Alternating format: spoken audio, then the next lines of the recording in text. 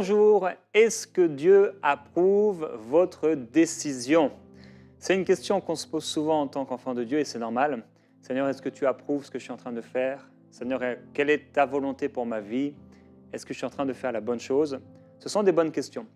Et il y a une chose extraordinaire, frères et sœurs, qu'on a la grâce de vivre en tant qu'enfant de Dieu par rapport aux gens qui ne le connaissent pas, c'est de ne pas avoir à nous inquiéter concernant notre futur et les décisions qu'on doit prendre. C'est une chose merveilleuse et formidable que de ne pas avoir à s'inquiéter.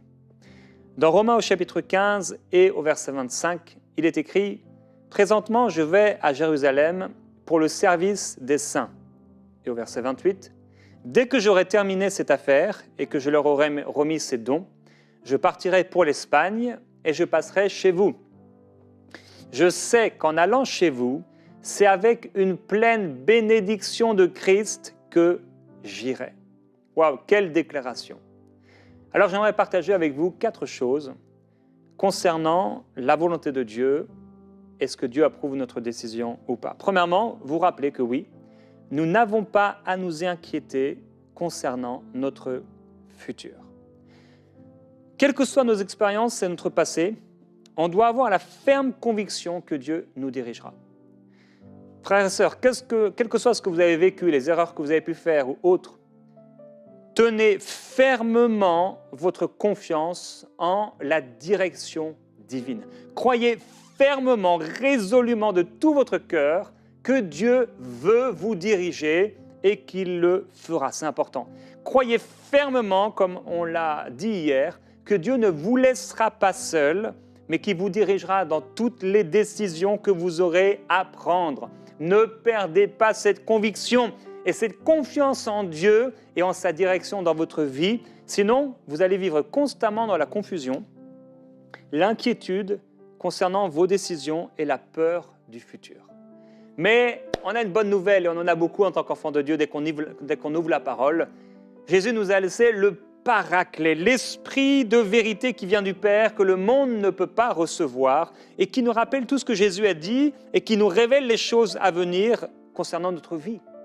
Et il peut témoigner à notre esprit si nous sommes en train de faire la bonne chose ou pas, si on prend la bonne ou la mauvaise décision. Frères et sœurs, faites confiance à Dieu. Nous marchons par la foi et pas par la vue. Il peut y avoir toutes sortes de choses contraires, mais nous marchons par la foi. Seigneur, je crois que tu me parles. On peut avoir, comme je le disais hier, l'impression parfois que Dieu est absent. Tenons fermement sur la parole. Dieu n'est pas absent. Le Seigneur est avec moi tous les jours jusqu'à la fin. Il m'a laissé l'Esprit de vérité qui me conduit dans toute la vérité, qui me montre les choses à venir.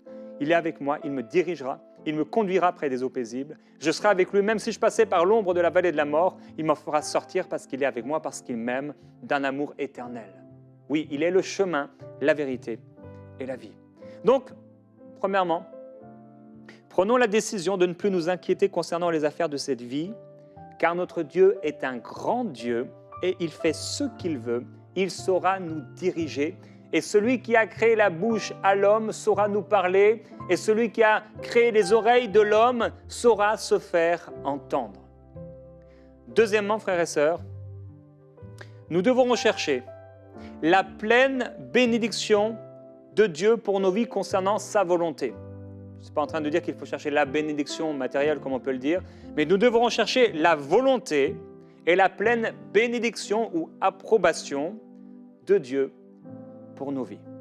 Je ne sais pas s'il est important de le rappeler qu'en tant qu'enfants de Dieu, nous avons donné notre vie à Jésus-Christ et nous ne devons maintenant plus vivre pour nous-mêmes, mais pour celui qui est mort et ressuscité d'entre les morts, Jésus-Christ. Aujourd'hui, nous ne sommes plus, comme Ésaïe le disait, des brebis suivant chacun sa propre voie, mais il est mort pour nous tous afin qu'on puisse vivre pour lui.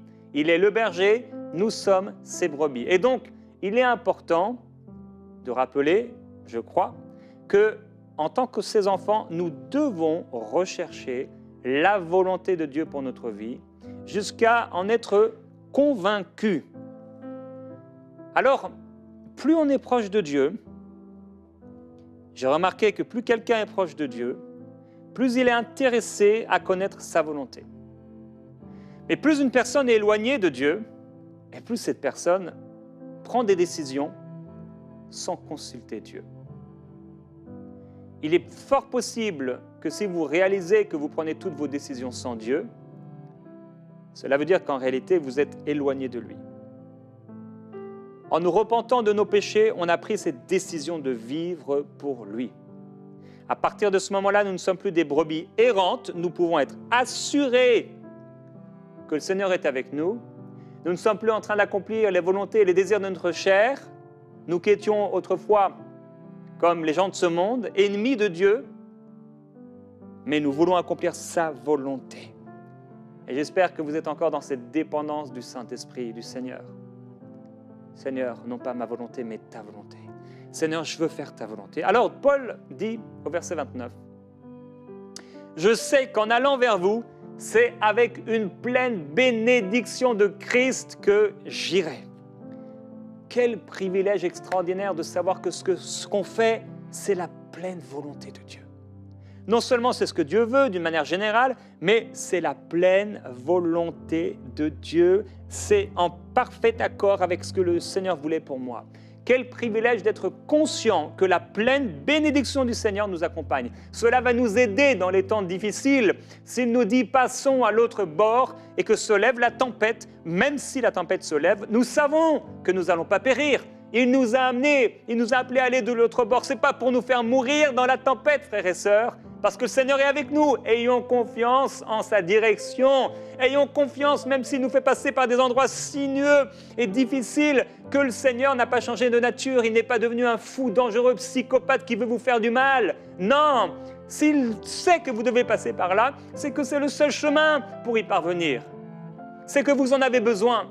Mais faites-lui confiance, que son cœur est bon, il est profondément bon. Dieu est profondément amoureux de vous et il est tellement attristé quand on s'éloigne de lui, quand on l'accuse, quand on fait le mal, quand on doute de sa nature et de qui il est. Et à ce moment-là, il faut pouvoir se repentir. Alors oui, quand on suit nos propres voies, qu'on n'a pas consulté Dieu, on est dans le désarroi quand les choses ne se passent pas comme on l'avait prévu. Alors que quand on obéit au Seigneur, quoi qu'il arrive, oui, dans la tempête, nous sommes assurés que Dieu est avec nous. Et ce que nous devons rechercher, c'est donc la pleine approbation de Christ dans ce que nous faisons. Au point où on pourra dire, comme l'apôtre Paul, « Je n'ai rien sur la conscience ». Quel mari ne consulte pas son épouse s'il veut partir en voyage? Tu ne devrais pas. Ne pas lui dire, mais la consulter. Quelle épouse ne consulte pas son mari pour s'acheter une voiture? Vous devriez d'ailleurs avoir un compte commun. Vous êtes mariés, vous faites devant Dieu une seule chair. Comment je pourrais faire devant Dieu une seule chair, spirituellement une seule chair? Mais par contre, pour ce qui concerne les affaires de cette vie qui sont un peu d'argent, là non, on va tout séparer. Parenthèse.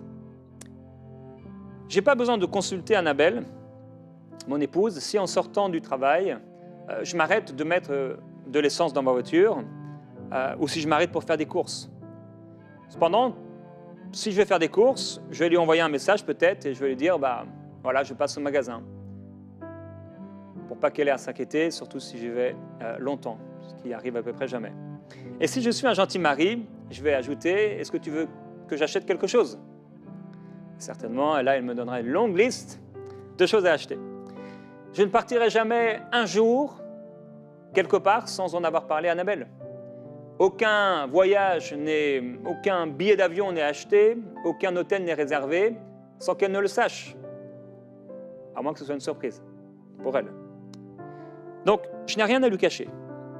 Et si je ne lui parle pas d'une chose importante, ça révélerait un problème de fond. Alors, est-ce que Dieu approuve ma décision? C'est une bonne question, mais il est bien mieux de se poser la question avant de s'être décidé.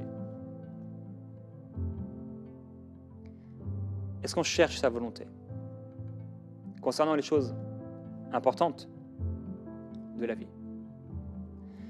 Autre point, troisièmement, on devrait régulièrement s'humilier devant le Seigneur en soumission à sa volonté. Je crois personnellement, et je l'enseigne régulièrement, que tout disciple devrait régulièrement s'humilier devant Dieu, devant le Seigneur. Et il ne s'agit pas de dire « Oh, je suis un pauvre et pécheur, je suis un ver de terre, comme dit le psalmiste, je suis nul. » Non.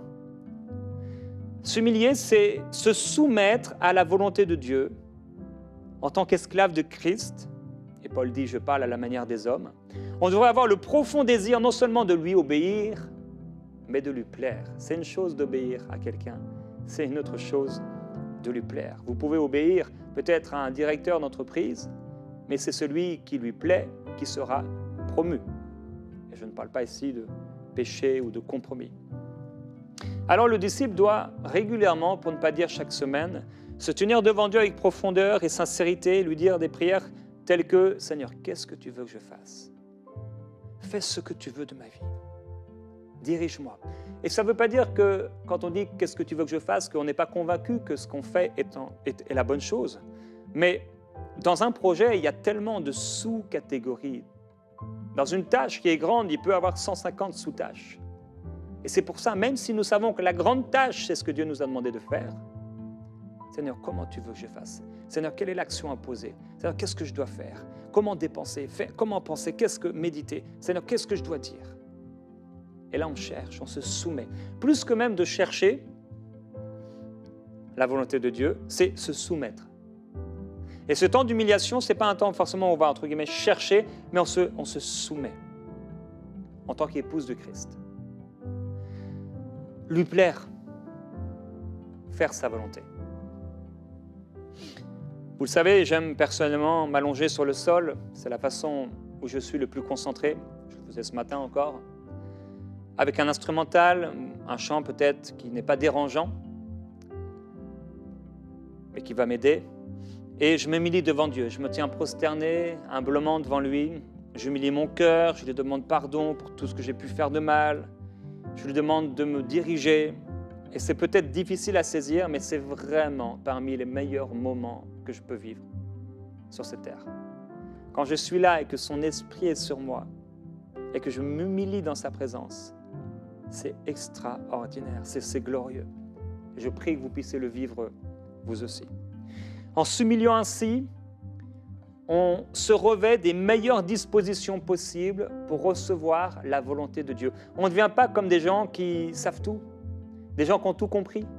Non, on vient comme un enfant devant lui et soyez assurés, frères et sœurs, Dieu vous parlera et il vous dirigera par sa paix. Il le fera. Vous vous humiliez, comme si vous ne saviez rien, comme si vous aviez absolument besoin de lui pour une minute de plus, pour une action de plus, pour une parole de plus. Et en réalité, on a tellement besoin de lui. Quatrièmement, c'est que Dieu ne parle pas toujours avec des paroles. J'aime le psaume 19, qui dit que les cieux racontent la gloire de Dieu. Et comment les cieux racontent la gloire de Dieu ? Pas avec des paroles. Je n'ai jamais entendu le ciel, lorsque je parle de ciel ici, c'est le soleil, les nuages, ou tout ce qui peut être dans le ciel. Je ne parle pas du côté spirituel. Je n'ai jamais entendu le ciel me parler. Par contre, j'ai vu que les cieux racontent la gloire de Dieu. Et le psaume 19, verset 4 dit « Ce n'est pas un langage, ce ne sont pas des paroles, on n'entend pas leur son. » Alors Dieu n'utilise pas toujours des paroles pour nous communiquer sa volonté. Et pourtant, par son langage, on peut être convaincu de sa volonté. Dieu peut communiquer avec nous par ce que j'appelle un sentiment spirituel. Ce n'est pas un sentiment émotionnel, même s'il peut, quand il arrive, toucher nos émotions. Une paix, ou au contraire un trouble dans notre esprit. Il peut aussi nous parler par des rêves et nous corriger. Et régulièrement, le Seigneur me fait la grâce de me parler par des rêves, et régulièrement, le Seigneur me corrige. Il m'instruit, il me montre, c'est pas de cette façon-là, Jérémie. Tu devrais faire cela. Et ce n'est pas des paroles. Il me montre des situations. Ce n'est pas des langages, un langage avec des mots. C'est un langage, oui, mais pas avec des mots comme on a l'habitude de le voir ou de l'entendre. Job, chapitre 33, verset 14, dit « Dieu parle cependant tantôt d'une manière, tantôt d'une autre, et on ne le remarque pas. Il parle par des rêves, par des visions nocturnes, quand un sommeil profond tombe sur les hommes, quand ils sont endormis sur leur lit. » Et ça, c'est commun à tous les hommes, ils dorment. Il leur communique alors son message et confirme les avertissements qu'il leur donne. Mettez-vous dans la foi pour recevoir les rêves de Dieu. Mettez-vous dans la foi pour croire que le Seigneur va vous parler dans des songes parce que c'était une prophétie. Ça avait été écrit. Le prophète Joël l'avait annoncé. Oui, ils auront des songes. Ils prophétiseront, ils auront des visions. C'est là, frères et sœurs. C'est la génération dans laquelle on est. Et depuis la résurrection du Seigneur, la grâce que Dieu nous a faite à travers son sacrifice, d'être en paix avec lui, réconcilié avec Dieu. Il peut nous parler, le voile est déchiré, la parole nous a été laissée, il nous aime, nous l'aimons. Profitons de la grâce d'avoir un bon berger. Il nous aime, il veut nous parler. Il est écrit, il veut ainsi détourner l'homme de sa manière de faire. Il évite à l'homme fort de tomber dans l'orgueil. Il préserve son âme de la tombe et sa vie de la menace du javelot. Oui, Dieu peut vous protéger d'un homme, d'une personne, d'une mauvaise relation, d'une relation toxique, d'un achat que vous ne devrez pas faire. Un jour, je voulais acheter une maison et j'avais prévu, je m'étais dit, bon, on va refaire toute la maison et tout ça. Et dans ce rêve, j'ai vu cette maison. Et dans la maison, je me promenais dans la maison et rien n'allait dans la maison. Et j'ai vu des animaux qui couraient, non pas vers cette maison, mais de cette maison comme pour fuir un danger. Le Seigneur m'avait parlé, mais gloire à Dieu. Merci Seigneur. J'aurais été dans des galères pendant des semaines et des semaines à m'occuper de rénovation et Dieu ne m'avait pas appelé à faire ça. Et j'aurais eu le cœur pris, ça aurait été plus difficile de prier, plus difficile de se concentrer. Ah, telle chose à faire, telle chose à faire, telle chose à faire. Il y a tellement de projets dans lesquels on se met et Dieu n'y est pas.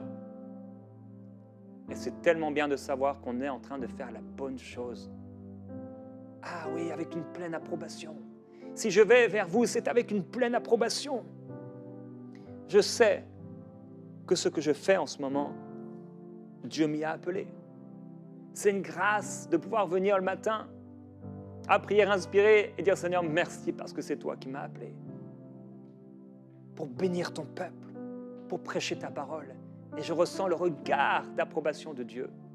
Qu'il en soit ainsi pour tous les départements, les domaines de notre vie. Jésus va répondre aux pharisiens, le royaume de Dieu ne vient pas de façon à frapper les regards. Ce n'est pas toujours des mots, frères et sœurs. Élie était au fond de sa grotte, il était là à bout de force et de courage. Et l'Éternel lui a dit, tiens-toi debout et sors devant la montagne de l'Éternel, et l'Éternel va passer. Et vous savez, il y a eu un vent violent et fort qui déchirait les montagnes et brisait les rochers. Ça devait être quelque chose de waouh, puissant. Mais l'Éternel n'était pas dans le tremblement de terre. Et après le tremblement de terre, il y a eu un feu et l'Éternel n'était pas dans le feu. Et après le feu, il y a eu un murmure doux et léger. Et quand il entendit, Élie va s'envelopper le visage de son manteau parce qu'il savait que c'était Dieu. Et il a entendu ces paroles. Que fais-tu ici, Élie? Ça a commencé avec un murmure doux et léger, ce n'était pas des paroles. Et après une voix. Dieu a bien des façons de nous parler. Mais ça doit finir par une conviction que je suis en train de faire la bonne chose. Alors, est-ce que Dieu approuve ma décision? Dans Actes chapitre 16, il est écrit que les églises se fortifiaient, elles augmentaient en nombre et empêchés par le Saint-Esprit d'annoncer la parole en Asie, ils vont aller près de la Mysie, ils se préparaient à entrer dans un autre endroit qui s'appelait la Bithynie, mais l'Esprit de Jésus ne le leur permit pas. Pourtant, ils allaient pour prêcher l'Évangile. Et pendant la nuit, Paul a eu une vision, un songe. Un Macédonien lui apparut et le supplia, passe en Macédoine, secours-nous.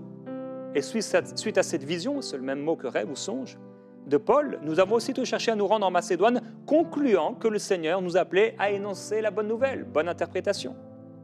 Et finalement, ils sont arrivés à un endroit, ils pensaient que se trouvait un lieu de prière. Finalement, ils ont rencontré une femme qui se donnait au Seigneur, elle et sa famille. Elle les a invités chez eux. Ils ont dit, bon, ok, on va aller. Parce qu'elle a beaucoup insisté. Ce n'est pas parce qu'une chose est profondément bonne qu'elle est la bonne chose à faire. Les apôtres, ils ont été stoppés par le Saint-Esprit d'aller prêcher. Qu'est-ce qu'il y a de plus noble que de prêcher la parole de Dieu? Parce que Dieu avait un autre endroit où il voulait les amener. Et là, ils ont été... Bon, ok, on pense que c'est là, il y a un temps, il y a une rivière, il doit y avoir un lieu de prière. Voilà. Mais, même s'ils ne savaient pas tout, ils avaient une direction. Et ils avaient surtout l'approbation. Tu peux marcher quelque chose sans savoir où tu vas comme Abraham, mais parce que tu as eu une direction au départ. Par contre, marcher sans avoir la direction, eh bien, c'est dangereux. Ils auraient pu mourir en Asie. Ils étaient dirigés sans le savoir par Dieu, entre guillemets sans le savoir, ayant pris la décision profonde de lui obéir, quel qu'en soit le prix. Et il faut noter que l'apôtre Paul passait énormément de temps à prier en langue, et c'est un rappel qui est important, puisque la prière en langue va exercer ta nature spirituelle, fortifier ta nature spirituelle et te permettre d'être sensible, de te sensibiliser à la voix de Dieu.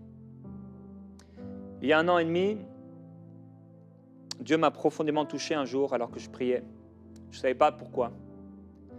J'ai vécu un moment extraordinaire avec Dieu à m'humilier dans sa présence. J'ai tellement pleuré.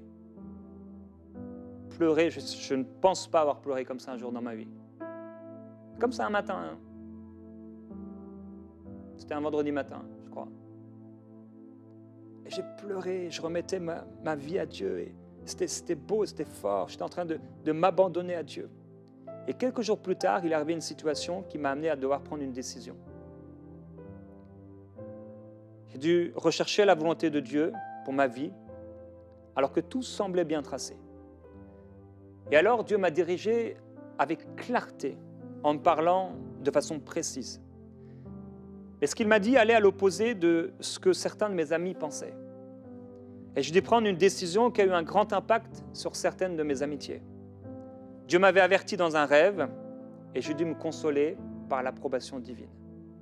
Selon qu'il est écrit, mieux vaut obéir à Dieu plutôt qu'aux hommes, même les meilleurs. C'est facile lorsque ces hommes sont des inconnus, mais c'est plus difficile quand c'est des amis de cœur. Et pourtant, j'ai dû obéir au Seigneur. Il faut qu'on puisse lui obéir, quel qu'en soit le coût. Et Dieu m'a rappelé que ces plans ne sont pas nos plans. Et quand Dieu nous indique un plan, il faut agir avec ce plan.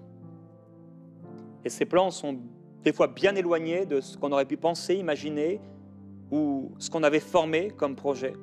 Et il peut renverser des convictions et nous amener à voir différemment si on est humble. Et Étienne a dit dans Actes chapitre 7, ce Moïse qu'ils avaient renié en disant « Qui t'a établi chef et juge ?» C'est lui que Dieu a envoyé comme chef et libérateur avec l'aide de l'ange qui lui était apparu dans le buisson. Vous savez, on peut parfois se tromper sur quelqu'un, sur ses motivations, sur ses choix. Et il nous faut rester humble, ne pas être virulent en portant de grands jugements sur les décisions des gens, parce qu'on risque de le regretter plus tard. On devrait avoir la sagesse de Gamaliel qui a dit « Et maintenant, ne vous occupez plus de ces hommes, je vous dis, et laissez-les aller. Si cette œuvre ou cette entreprise vient des hommes, elle sera détruite. Mais s'il vient de Dieu, vous ne pourrez pas les détruire. Ne courez pas le risque d'avoir combattu contre Dieu. Laissons Dieu être Dieu et laissons-le nous diriger les autres comme il l'entend, lui, et pas comme on aurait voulu qu'il le fasse selon nos pensées et nos perceptions qui sont limitées parce qu'on est humain. Alors même si tous n'approuvent pas nos décisions, si nous savons que Dieu nous approuve, c'est ce qui compte. Soyons toutefois certains que nos motivations sont pures avant de prendre ou d'avoir pris cette décision. J'ai été un peu plus long aujourd'hui dans l'enseignement, mais je crois que c'est important. Je voudrais simplement ouvrir ce temps maintenant à ce qu'on puisse se soumettre au Seigneur, s'abandonner à lui, se repentir si vous réalisez que dans votre vie, vous avez pris tellement de décisions ou des grandes décisions sans lui, à lui dire « Seigneur, pardonne-moi. pardonne-moi d'être encore comme cette brebis qui suit sa propre voie selon mes façons de penser. Je te demande pardon. Demande au Seigneur pardon si c'est ton cas maintenant, tu as pris des décisions sans lui, plus ou moins importantes. Et peut-être que le Seigneur te dit, comme Élie, mais qu'est-ce que tu fais ici, Élie? Qu'est-ce que tu fais dans cette situation? Qu'est-ce que tu fais dans cette maison? Qu'est-ce que tu fais dans cette relation? Qu'est-ce que tu fais dans ce travail? Qu'est-ce que tu fais dans ce pays? Qu'est-ce que tu fais là? Et si c'est ton cas, Dieu est riche en miséricorde. Il est compatissant. Avec la repentance, il te donne le moyen d'en sortir et il te dirige à nouveau, comme Jonas au sein du grand poisson, à qui Dieu a ordonné de recracher le prophète qui s'était éloigné et qui était parti à l'opposé de Dieu et de ce que Dieu voulait.